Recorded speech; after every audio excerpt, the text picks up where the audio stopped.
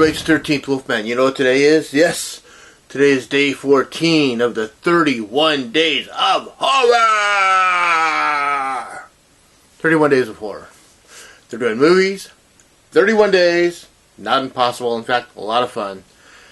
This year I have a lot of blind buys, a lot of movies I haven't seen before. But before we get to that, let's get to this. Want you to like, subscribe, share, and comment. Always want to know what you have to say. And when you do subscribe, make sure you ding that bell, ring that bell, and cling that bell. You know, that way you'll be notified anytime I put something new up. There are other people doing this. Check their videos out. The one and only MSJ, Double Shot J. I am the Ice Lord, Carly 317, Tony has 9 fingers, Retro Horror, Random Horror, and many, Dave Maggot, and many others. So, what's today's movie? Well, let's talk about it a little bit first, and then I'll tell you what the title is. This movie is directed by Jess Franco. I've stumbled into the Jess Franco wormhole a few times over the last few years, you know, and he makes some interesting movies. He definitely loves his nudity, which isn't a bad thing. I don't care, you know, but that's something that just you could tell that's a staple for him, kind of like Roger Corman in America. You know, Corman said give them blood and boobs, and that makes a horror film. But so it's directed by Jess Franco. It stars Soledad Miranda. Soledad Miranda was a star in Spain, but that's pretty much it. You know, she never got that breakout role between 1960 and 1967. She never hit that breakout role. She never got that one that said, "Hey, we're gonna make," you know. Italy at the time had Gino Lollobrigida. France had Brigitte Bardot, you know, and she never got that international shot. I mean, she made 25 movies in 10 years, you know, but even before that, I mean, from 1960 to 1967, she made a movie with Jess Franco in 1960 where she was in a musical. A lot of the movies that she made before, from 1967 on back, were like cutesy, teener bopper movies, you know. She was, even though she was in her 20s, she was still playing a teenager and stuff like that. And she was typecast. It's the way it just goes. So in 1967, she makes her last movie. She marries a race car driver. She has a child. So she's like, okay, that's it. I'm just going to be a mother. I can do this. 1968 goes by. 1969, she gets offered a few movies.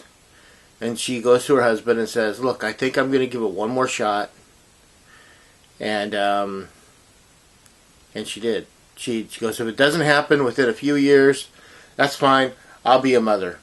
I don't care. But she really wanted to hit that international stardom. And the sad thing is that she made 3 or 4 movies in 1970, and she never got to live to see them come out because in 1970 she was killed in a car accident.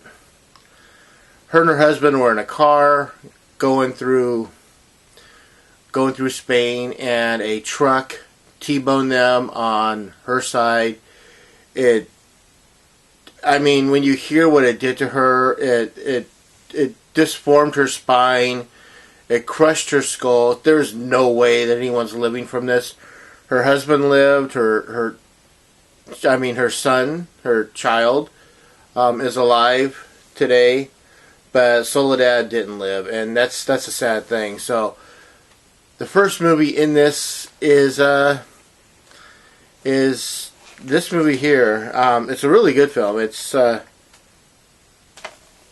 She Killed in Ecstasy. That's Soledad right there. This is from Severin. It's they have two of her movies. Actually, they have three of her movies because they also have the Count Dracula with Christopher Lee with Klaus Kinski. So they have three of her movies. And yeah, so Soledad plays a woman that is so in love with her husband, who is a doctor, and he's experimenting. He's experimenting, but he's experimenting on humans, and it's, it's not cool. He gets taken in front of what would be equivalent to the American Medical Association, or the here in America, but it's over in Germany. See, Jess Franco, he could make movies in Spain, but even though he's Spanish, but they would get censored. So he would make movies a lot of other places. This one in particular, he made in Germany, and so the doctor gets his medical license pulled for illegal experiments and stuff like that, and he commits suicide. Soledad, who plays his wife, goes on a vengeance streak to bring down the people that stole his livelihood and the fire out of his eye and caused him to commit suicide. It's a good movie. It's not that long. It's 80 minutes.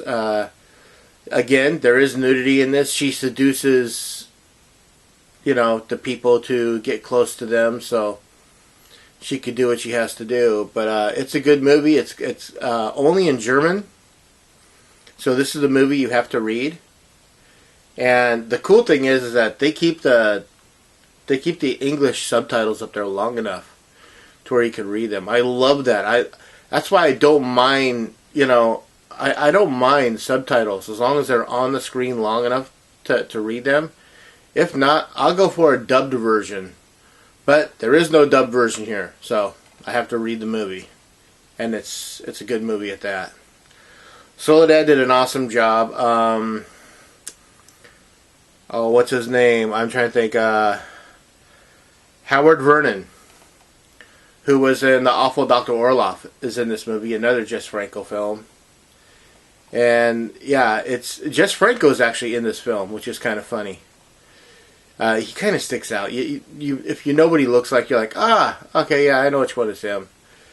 It's just a fun little movie. The thing that I love about movies of the 70s is the fake blood. It's to the point where, like by the late 70s, they kind of got it right, and then by the 80s, they really got it right by how fake blood was supposed to look. But in the early to mid 70s, it always looked like red paint. Like, let's just get a can of Ferrari red paint, and we'll just use that as blood. Never looked like ketchup, which was funny. I mean, but yeah, it was always so bright, and here it's bright too. Other than that, I mean, I don't really have a whole lot more to say, but I say check this out. This is a good movie. This is a real interesting film. If you don't mind nudity, watch it. If you do mind nudity, might not be for you, but the story itself, you kind of forget about the nudity after that. That is that for this movie, for this day. I am the 13th Wolfman, and I'm on the prowl.